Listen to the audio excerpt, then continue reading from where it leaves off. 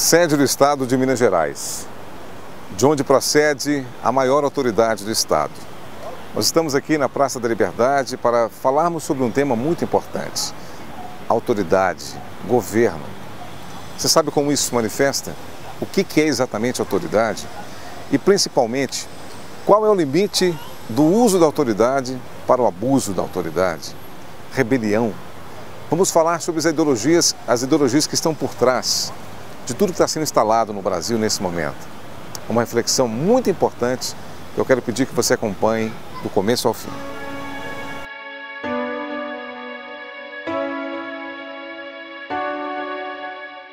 Esta semana nós tivemos uma importante decisão judicial tomada em nosso país.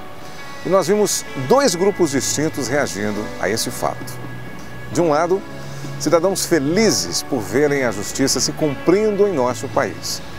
E de outro lado, pessoas ignorantes ou até mesmo desonestas se rebelando contra os fatos julgados pela justiça brasileira. E é por isso que nós iremos abordar numa série de vídeos sobre esse tema de extrema importância. Isso para entendimento do que está por trás desses atos que pregam anarquia, rebelião e afetam toda a nossa sociedade, a vida dos cidadãos, inclusive contaminando a própria igreja. Mas olha só, vamos começar isso bem do início, bem do começo.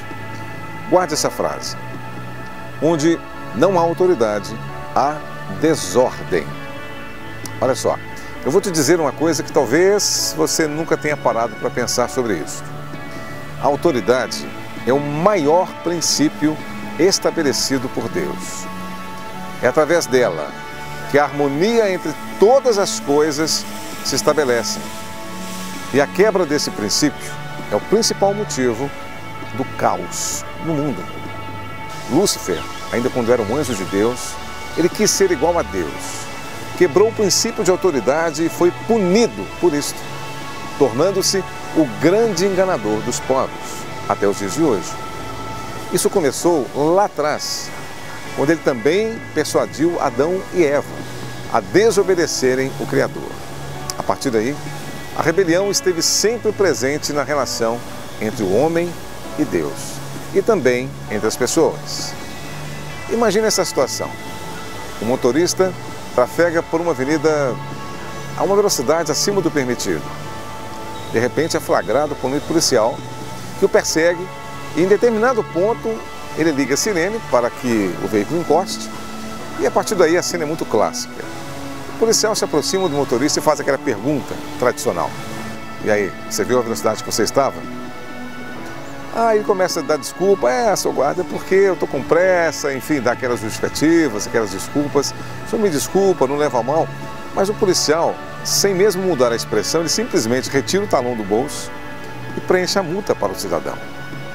Essa cena, que já com certeza habita fartamente o nosso imaginário, revela algo de grande importância: uma pessoa errada, cometendo um erro, e outra com autoridade para lhe punir por esse erro.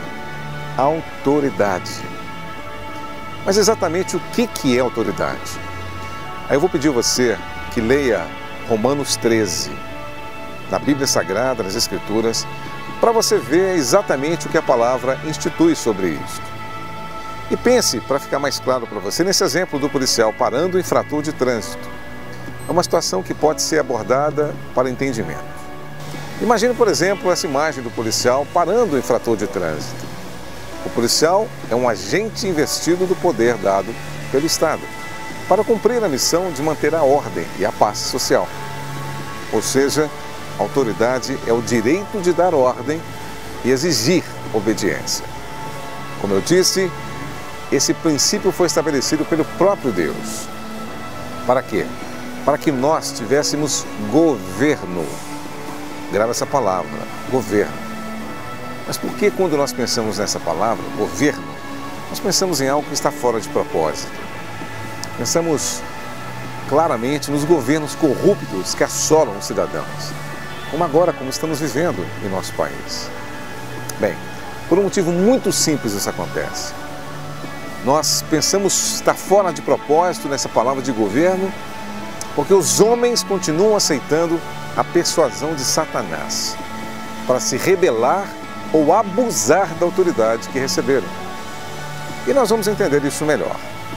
A rebelião e o abuso de autoridade, ele se manifesta de muitas formas, desde a relação entre pais e filhos aos papéis exercidos na sociedade.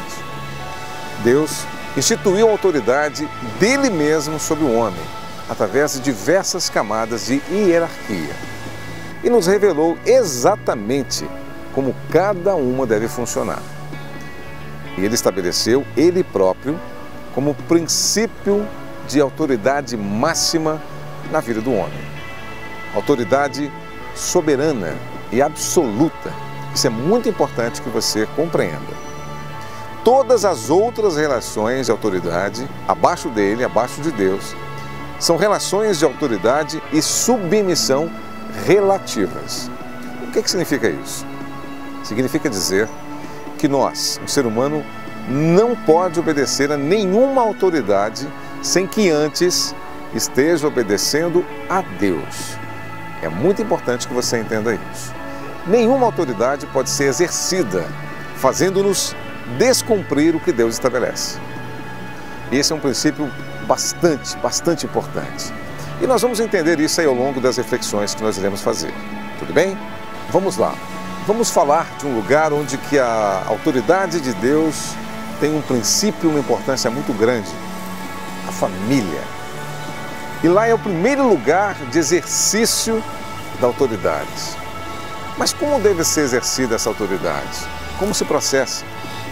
Esse é um tema muito delicado e deve ser abordado com muito cuidado e também muita atenção, por conta das muitas contaminações feitas pelo comunismo e também pelo feminismo, que entraram na nossa sociedade e, infelizmente, também entraram na própria igreja.